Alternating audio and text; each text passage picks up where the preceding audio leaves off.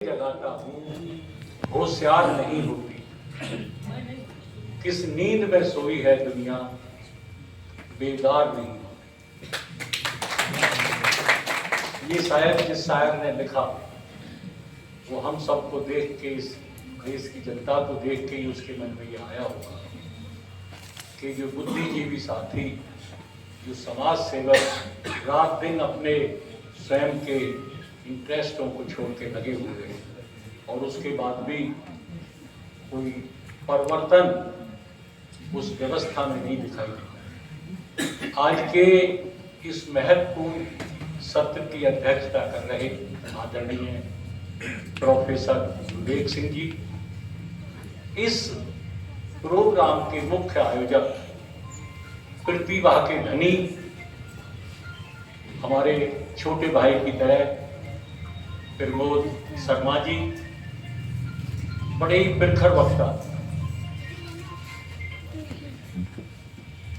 प्रखर वक्ता गुरुप्रसाद मदन जी, जिनको सुन के मैं बड़ा अभिभूत हुआ, विदुषी कवयित्री सरिता पांडे जी, स्वर कोकिला मनीषा, जिनको आज मैं समाज की लता मंगेशकर का खिताब देता हूँ, और प्रोफेसर मनोज जी, जितेंद्र शर्मा जी, उत्तर प्रदेश सरकार में पिछड़ा वर्ग आयोग के सदस्य अशोक जी, मनी शिव प्रेम याज्ञिक जी, जो बड़ा तरीके से मंच संचालन किया है, दूसरे सुनील जी, दशरथ शर्मा जी, विनोद शर्मा जी, साथियों प्रमोद जी से कई सालों का परिचय है और जो वैचारिक जब विमर्श होता है तो वहां से यदि हम किसी विचार से संतुष्ट होते हैं तो हमारा दोबारा मिलने का मन करता है, और उसी श्रेणी में और उसी कार्य में मेरा और प्रमोद जी का बार बार मिलना हुआ।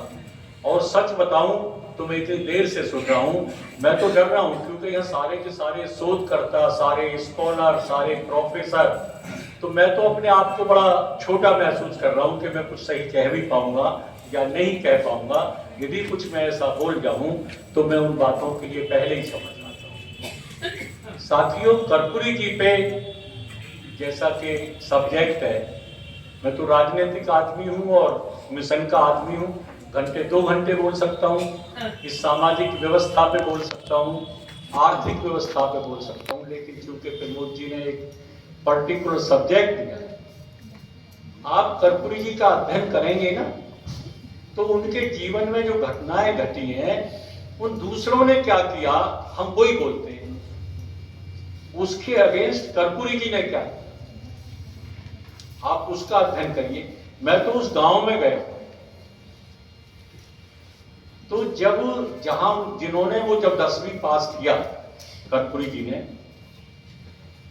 तो वो जो घटना है वहां के जमींदार की कि भाई उनके पिताजी तो गए अपनी खुशी व्यक्त करने कि आपका बेटा कर्पूरी जो है 10वीं पास कर गया और फर्स्ट डिवीजन में किया है, तो उन्होंने कहा जो कड़ू का तेल लेके आ, और कर्पूरी जी के लिए कहा कि मालिश करेगा या पैर दबाएगा। तो उसके अगेंस्ट आपने कभी सोचा कि कर्पूरी जी ने क्या किया? जब कर्पूरी जी मुख्यमंत्री बने तो उन जमींदार, मैंने अपनी आंखों से देखा है, उन जमींदार का घर उनके घर के रास्ते में था। मुख्यमंत्री रहते हुए चाहते तो उनका चबूतरा तोड़वा देते, वो इतनी संकरी गली थी कि कार नहीं निकल सकती थी, तो वो अपनी कार को बाहर खड़ी करके वहां जाते। कर्पूरी जी यदि राजनीति में ना होते तो कर्पूरी जी बहुत बड़े संत थे। उनके व्यक्तित्व को देखिएगा कि संत भी उनके आगे बौने हो जाते हैं और सदियों तक। आज तो हम कह रहे हैं, हमारे बाद भी जब कभी कर्पूरी जी की बात चलेगी तो महात्मा गांधी, लाल बहादुर शास्त्री और कर्पूरी ठाकुर तीनों बिल्कुल बराबर के नेता हैं। व्यक्तित्व में पद छोटा बड़ा हो सकता है, कोई प्रधानमंत्री बन गया, कोई। ये जो फोटो देख रहे हैं आप, जब कर्पूरी जी की डेथ हुई तो मैं उतना मतलब उसमें नहीं था कि मैं डेथ पे जा सकता था, मुलायम सिंह वगैरह गए, लेकिन दिल्ली में मुझे मलाल रह गया, मैं जा नहीं पाया, इतनी जल्दी हवाई जहाज का टिकट करा लेना या ट्रेन का। लेकिन मैं उनकी बरसी पे गया तो मैं ये 40-50 हजार फोटो बनवाए थे, मैंने इनको लेके गया। तो वहां मैंने जब कई लोगों को ऐसे फोटो दिया, आप विश्वास करें या ना करें, लेकिन मैं जो मेरे सामने हुआ उस बात को कहता हूं कि जब वो आदमी रोया तो उसके इतने आंसू गिरे कि वो फोटो भीग गई और फोटो खराब हो गई। आप लगा सकते हैं इस बात से अंदाजा। और वो लोग जिनके पैरों में चप्पल नहीं थी, ये मैं आपको 90 की बात बता रहा हूं, जो लोग उनकी बरसी में आ रहे थे, ये वाला किनारा जो था पब्लिक का दिखाई देता था, उधर का नहीं दिखाई देता था। ये पूछ सकते कर्पूरी जी के बारे में कहां हम कह सकते हैं, हमारी इतनी कहां काबिलियत है कि जो कर्पूरी जी के बारे में कहें। लेकिन जो उनकी सोच थी, उन्होंने उस गरीबी को किताबों में नहीं पढ़ा था। हमने किताबों में पढ़ लिया भाई गरीबी ये होती है गरीबी, उन्होंने तो झेला था उस गरीबी को, उन्होंने जाना था उस गरीबी को। उनकी कितनी बड़ी सोच थी कि जब सबसे पहले वो शिक्षा मंत्री और डिप्टी सीएम बने तो सबसे पहले उन्होंने जो महिला शिक्षा की बात की उसको उन्होंने तो फ्री किया। और अंग्रेजी की जो अनिवार्यता थी 10वीं में, वो उन्होंने इसलिए नहीं हटाई कि कोई वक्ता बता रहे थे कि इसके बेरोजगारी बढ़ेगी या घटेगी। उनके मन में दर्द था कि जो भी ये दलित और बैकवर्ड के लोग थे, और मैं तो कहता हूं कि जो और भी गरीब रहे होंगे चाहे वो दलित बैकवर्ड के भी ना हो, वो 9th तक पास आते और 10वीं के आके फेल हो जाते उस अंग्रेजी में, और वो 10वीं फेल हो जाते। तो उनका मानना ये था कि जब 10वीं में पास होंगे और ये इंटर में जाएंगे फिर कॉलेज में जाएंगे, और यही हुआ भी। ये सारे के सारे जो जनता दल के नेता बाद में बने, ये सब उन्हीं की डिग्री से, हालांकि कटाक्ष किए गए कि कर्पूरी डिग्री, लेकिन ये सब वहां विश्वविद्यालय में पहुंचे उनके इस कृत्य से। और ये पिछड़ों में एक बहुत बड़ा आंदोलन हुआ, बड़ी एक हमड़ाई आई कि भाई ये हमारा भी देश है। मैं यहाँ पर प्रमोद जी से थोड़ा सा निवेदन कर लूं कि 2-4 मिनट मुझे दे दें। आप देखेंगे कि जब वो एक बात को मानते थे, उन्होंने अपने लाइफ में भी कहा कि लोकतंत्र तो भले ही आ जाए, लेकिन जिस देश में आर्थिक असमानता और सामाजिक गैर बराबरी रहेगी, उस देश में लोकतंत्र आ ही नहीं सकता, कामयाब हो ही नहीं सकता। और यही दोनों जो बातें हैं प्रोफेसर साहब शायद इतनी गहराई से हमारे देश में हैं। आज के संदर्भ में यही तो है। उनके जीवन का कृत्य देखिए कि जो गरीब गुरबा थे उनको एकजुट करके आगे लाना, सत्ता तक पहुंचाना। और आज क्या हो रहा है, उनके मरने के बाद 30 साल भी नहीं हुए, अब कोई गरीब सोच सकता है कि मैं एमएलए लड़ूंगा? आप बताएं जरा, जब 5 करोड़ रुपया लगना है तो कोई, यही तो आज के संदर्भ में है। अब तो ये सब गूगल पे पड़ा हुआ है। 1% लोगों के हाथ में देश की 60% संपदा है, 1% आदमी के पास जो देश का। तो जो अमीरी गरीबी की जो खाई है वो इतनी बड़ी होती जा रही है, इतनी चौड़ी होती जा रही है। यही कर्पूरी जी का सोच था, यही कर्पूरी जी की चिंता थी कि जो अमीरी गरीबी की जो खाई है उसको पाटना है, उन लोगों को सत्ता तक लाना है, उन लोगों को उस मुक्ति दिलाना है, उस चीज से मुक्ति दिलानी है। दूसरा कार्य देखिए, वहां पर बिहार में जो एक सामंत शासन जो था, आप देखें कि वहां अत्याचार में लक्ष्मणपुर बाथे हुआ और कई कांड हुए, कई 60 दलित मारे गए, कहीं 25 फॉरवर्ड मारे गए। तो उन्होंने जिन लोगों को लाइसेंस चाहिए था, जिन लोगों पे सदियों से कभी बंदूक और ये सब देखा ही नहीं था, उन्होंने लाइसेंस की फीस माफ की कि भाई आप भी हथियार ले लीजिएगा, जब तुम्हारे पास भी हथियार होगा, उसके पास भी हथियार होगा, तो आक्रमण की गुंजाइश कम हो जाएगी। और इतना ही नहीं किया, अब जो गरीब गुरबा हजारों साल से थे, उन पे कौन बंदूक चलानी आती थी, उन्होंने प्रशिक्षण दिलवाया। तो कितना दर्द उनके मन में था जब आरक्षण जो है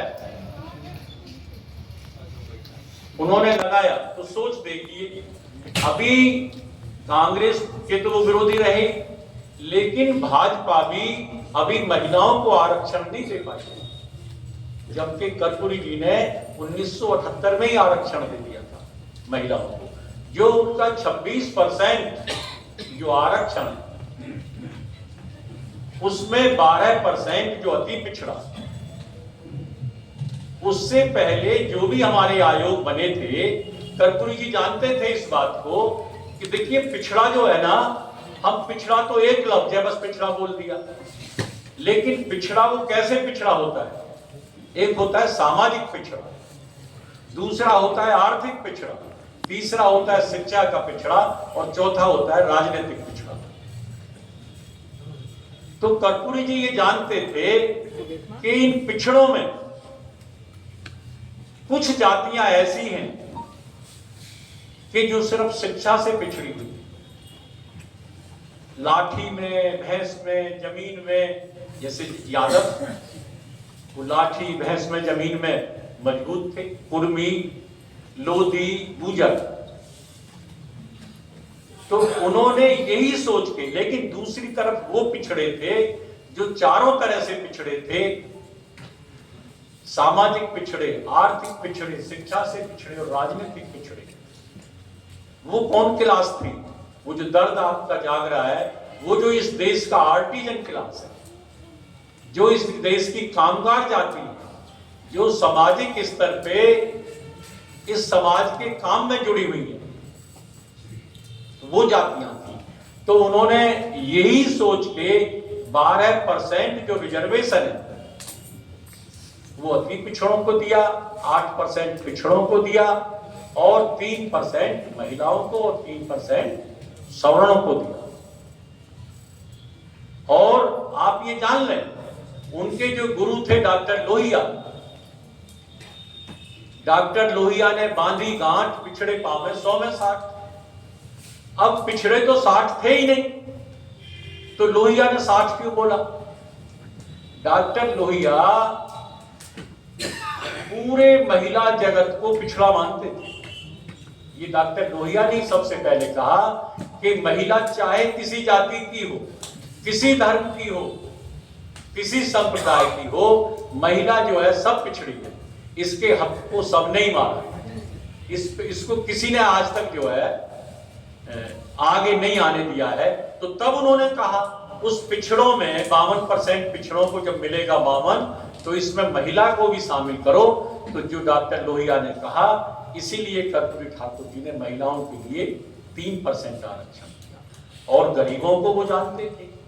लेकिन देखिएगा, ये तो जो प्रमोद जी कह रहे हैं, ये बड़ी सत्य बात कह रहे हैं। यदि आप बिहार का दौरा करेंगे तो वो सबके नेता थे, उनके जितने भी बड़े सपोर्टर हैं, उनकी मानवता पे, उनके विशाल हृदय पे, उनके सारे के सारे जो वो हैं, वो कपिल देव सिंह थे जो समाजवादी थे, रामानंद, वो सब जितने भी थे स्वर्ण जाति के, और ये भूमिहार और राजपूत जो थे, उनके सबसे बड़े प्रशंसक और सबसे बड़े उनको बल देने वाले थे। उन्होंने तो उस असमानता को दूर करने के लिए रिजर्वेशन दिया, वो किसी के विरोधी नहीं थे। मैं लोकसभा में मौजूद था जब कर्पूरी फार्मूला पे बहस हुई। Communist party, Bharatiya Janata party, जनता पार्टी, कांग्रेस, कोई भी लीडर उनके इस कर्पूरी फार्मूले का विरोध नहीं कर पाया। और जो कर्पूरी जी ने किया, वही बाद में मंडल कमीशन बना। मंडल कमीशन में भी जो एक मेंबर थे एनआर नायकर, बाद में उन्होंने भी यही कहा कि भाई मैं पिछड़ों में दो श्रेणी देखता हूं। एक श्रेणी वो है जो जमीन जायदाद वाली है, पैसे वाली है, लाठी वाली है, और जो दूसरी श्रेणी है वो ये अति पिछड़ा। तो अति पिछड़ा की जो बात उन्होंने रखी, अब उस चीज को सुप्रीम कोर्ट ने और सभी ने माना। कुछ राजनीतिक कारणों से वो बात नहीं हो पा रही है। देखिए, आप सोच को देखिए, प्रमोद जी और बोलो 2 मिनट। जब 1942 में, आप ये तो सब जानते हैं, आप ये तो सब जानते हैं कि 1942 में वो जेल गई। कभी आपने उनकी जेल की डायरी के बारे में जाना है कि उन्होंने वहां क्या किया? हाँ, वहां आंदोलन किया, और जो वहां उन्होंने जो डिमांड नोट दिया अपना जेलर को, वो सारा का सारा उनका माना गया, एक बात नहीं मानी गई। तो लास्ट में क्या लिख रखा था उन्होंने कि आप हमारा देश छोड़ के चले जाए। इसके अलावा उन्होंने जो वहां पर बदहाली थी कैदियों की, दलदल भरी हुई थी, और उसी समय पे जवाहरलाल नेहरू भी गिरफ्तार हुए। और आप जवाहरलाल नेहरू की वो किताब पढ़िए जो उन्होंने जेल में लिखी, तो और जो कर्पूरी जी ने लिखा, जवाहरलाल नेहरू लिख रहे हैं कि छिपकली कैसे दीवार पे चलती है, सरीसृप कैसे पैदा होते हैं। आप पढ़ लीजिएगा, सब ऐतिहासिक दस्तावेज हैं। तो ये उस सोच का नतीजा है। आरक्षण के बाद देखिएगा आंदोलन हुए, ये कहा कि भाई आरक्षण कहां से आई, कर्पूरी जी की माई भी आई। तो जब उन लड़कों ने पत्थर बरसाए, तो आप आदेश देख लीजिएगा, 2-4 और संस्मरण उनके बताऊंगा।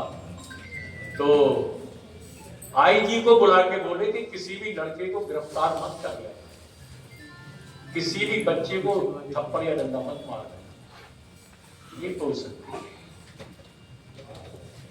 वो सारे जो कहानी किस्से हैं, कुर्ता फटा हुआ, और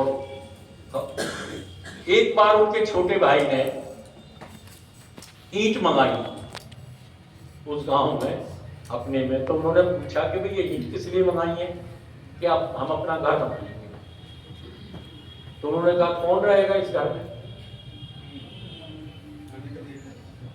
कौन रहेगा उस घर में? कि हम रहेंगे। तो अपने भाई माथे में हाथ मारा, बोले अरे काम लो, इसको स्कूल में दान दे आओ। और जब उस स्कूल का उद्घाटन करके गए, तो उन्होंने जो लफ्ज वहां कहे, तो बोले अभी आपको नहीं पता लगेगा इस स्कूल का, लेकिन जब कोई हमारे गांव की लड़की, गांव का लड़का IAS होके जाएगा, पढ़ के जाएगा, तब आप जानेंगे कि इन ईंटों का कितना बड़ा संदेश हुआ। यही बात उन्होंने, उनकी ससुराल में कोई सगा साला नहीं था, वहां से उनके हिस्से में 3 बीघा जमीन आई। उस अपने ससुराल की 3 बीघा जमीन को वो स्कूल बनाने के लिए दान दिया। ये, लेकिन ये आपको मानना पड़ेगा ही कि भाई इस देश में जातिवाद है। इसको हम दबे जुबान कहें, शोर मचा के कहें, राजनीतिक लोग इसको अपने फायदे के लिए कुत्सित रूप से कह देते हैं, लेकिन आखिर तो जातिवाद है ना। तो देश में उनका मूल्यांकन जो होना था वो नहीं हो पाया। जब उनको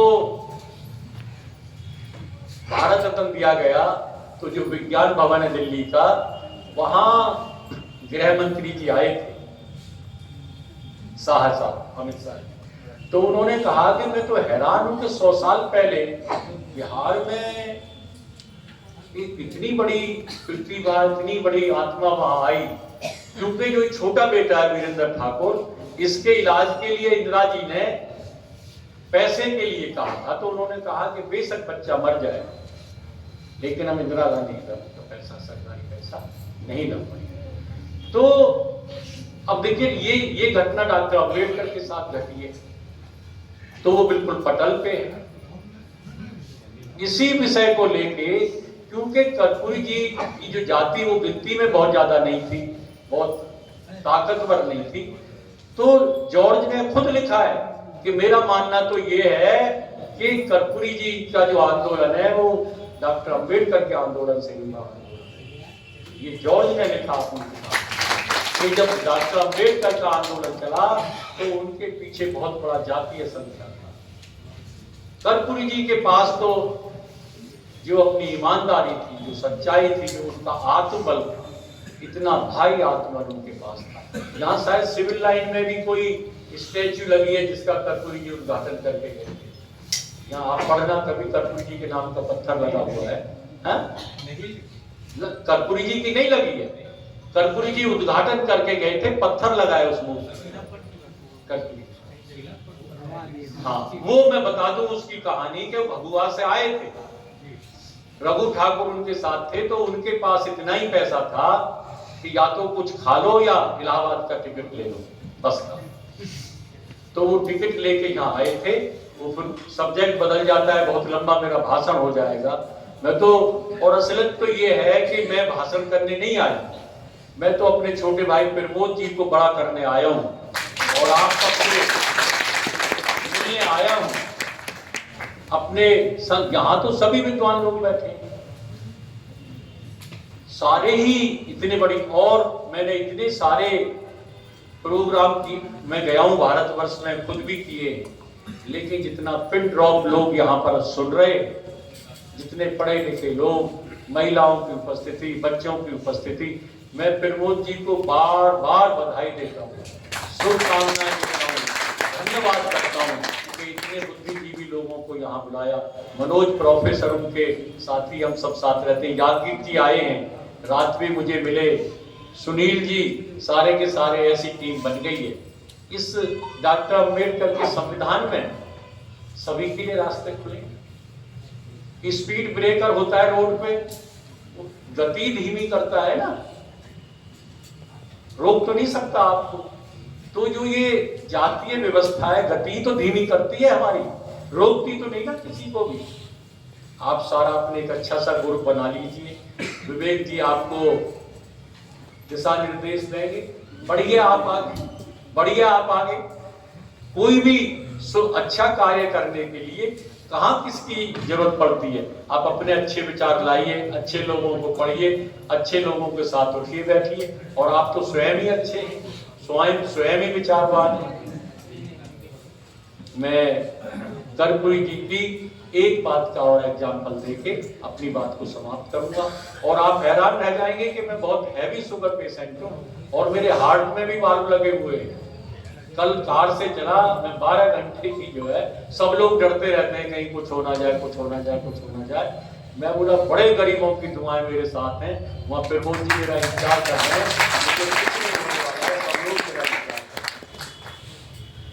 मैं स्वयं मिला।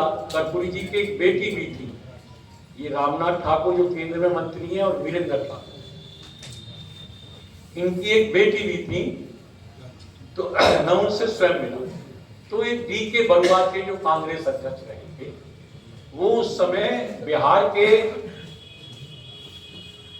मुख्यमंत्री थे, तो उस टाइम पे उनकी शादी हुई थी। तो डी के बरुआ के जो पीए थे लक्ष्मी साहू, मैं उनसे बहुत मिलता था। तो लक्ष्मी साहू ने मुझे ये शेयर किया कि डी के बरुआ को जब ये पता लगा कि मुख्यमंत्री की बेटी की शादी है, तो उन्होंने लक्ष्मी साहू से कहा कि भाई ऐसा मुख्यमंत्री, गवर्नर का इतना भी सम्मान नहीं कि कार्ड भी भेजता। तो लक्ष्मी साहू ने कहा कि सर कार्ड तो जब भेजेंगे जब कार्ड छपा होगा। कार्ड छपा नहीं है, और वो सर्कुलर दिया एक छोटा सा, कि वो एक सर्कुलर दे के गए, कोई भी सरकारी मंत्री, एमएलए, आईएएस कोई भी वहां मेरे गांव में ना आ जा मेरी बेटी की शादी। वहां 5 आदमियों ने जाके शादी। एक दिन चलते चलते जैसे वो जा रहे थे, तो जो उनका पीए था वो रुक गया, वो उसमें चढ़ गए, इसमें क्या है लिफ्ट में। तो उन्होंने कहा कि भाई आइए ना जल्दी से, कि नहीं सर ये तो सिर्फ मिनिस्टर्स के लिए है, हमारे लिए नहीं। उसी दिन ऊपर जाके बैठे, आदेश कर दिया कि इस लिफ्ट में सब लोग आएंगे। कर्पूरी जी के विषय में कुछ कहना इतना आसान है? जो ये देश के वित्त मंत्री रहे थे, क्या नाम उनका यशवंत सिन्हा। तो यशवंत सिन्हा जी ने अपने संस्मरण सुनाए, पिए रहे उनके। तो ये एनपी सिंह जो ये मंत्री बने, ये पिए रहे इनके। तो वो मतलब मैं भी सुन के हैरान था। फिर अब उस टाइम में ऐसा नहीं होता था कि भाई अपनी जाति के आईएएस को लाओ, उल्टे सीधे काम होंगे। कहता मेरा तो नंबर ही आया था वहां उनका, कर्पूरी जी का पीए बनने का। तो मैं लेटर लिख के ले गया। तो कई लोग तो डांट लगाते, कुछ करते। तो पता है, कहता मैं इतना शर्मिंदा हुआ, मेरे से कहते यशवंत आपको हिंदी नहीं आती? ये सर मुझे तो बहुत अच्छी हिंदी आती है। तो कहते फिर ये लेटर इंग्लिश में क्यों लिख के लाए? ये कर्पूरी ठाकुर थे। डांटा नहीं यशवंत को, कुछ कहा नहीं, और पूछा कि यशवंत तुम्हें हिंदी नहीं आती? कि सर मुझे बहुत अच्छी हिंदी आती है। और उस दिन के बाद से मैंने हिंदी लिखना शुरू कर दिया। हिंदी के इतने बड़े पुरोधा, अंग्रेजी के इतने फिरवल, हालांकि वो खुद अंग्रेजी बहुत अच्छी जानते थे। जब वो विदेश गए ना यूगोस्लाविया, तो जो फटा हुआ कोट पहन के गए, वो भी उनके किसी मित्र दोस्त ने दिया था। और जब फटा हुआ कोट वहां यूगोस्लाविया के राष्ट्रपति ने देखा, मार्शल टीटो ने, तब उन्होंने कोट दिया था। ये तो सारी घटनाएं अंतरराष्ट्रीय स्तर की है। ठीक है, मैं तो अपनी बात आपके बिना कही, मुंह भी सूख गया है और कोई बात रह गई। अब बस यही था कि वो उसमें 2-4 घटनाएं ऐसी हैं कि खाना 5 मिनट लेट खा लेंगे। उस दिन विज्ञान भवन में, आप जान जाए, विज्ञान भवन में जो गृह मंत्री है नित्यानंद राय, जैसे यहाँ खचाखच भरा हुआ है, नित्यानंद राय ने कहा कि मैं 20 साल से इसमें प्रोग्राम कर रहा हूँ। जनता जो थी सीढ़ियों पे बैठी हुई थी विज्ञान भवन, ये पोजीशन थी। इतनी भीड़ वहां पहुंची कि कर्पूरी जी को भारत रत्न मिला। और देखिए, जो महान आदमी होते हैं ना, जीते जी तो वो सबका भला करते ही हैं। मरने के बाद अब ये इतना जो साहस आया है आप लोगों में, भारत रत्न ना मिलता तो कहां साहस था। उनका जो आशीर्वाद है वो हम सबके ऊपर रहे। आशीर्वाद से मेरा मतलब ये नहीं कि वो आके हमें पैसा दे दें, थैला दे दें, उस सोच पे चले। विवेक सिंह जी कहीं पैदा हुए हों, चंद्रपाल सिंह कहीं पैदा हुए हों, उस सोच पे चले जो कर्पूरी जी की सोच थी। यहाँ सभी जातियों के और सभी उसके लोग आए। मैं इस बात के लिए खासकर बधाई दूंगा। आजकल एक फ्रेम बन गया है कि अपनी अपनी जाति की मीटिंग बुला लो। आपने प्रमोद जी ये बहुत अच्छा किया है, सब लोग कर्पूरी जी के बारे में जानते हैं। बहुत बहुत धन्यवाद आप सबका। आपने जय हिंद, जय समाजवाद। कर्पूरी ठाकुर अमर रहे, कर्पूरी ठाकुर अमर रहे, कर्पूरी ठाकुर। प्रमोद शर्मा, प्रमोद शर्मा जिंदाबाद, प्रमोद शर्मा जिंदाबाद। धन्यवाद।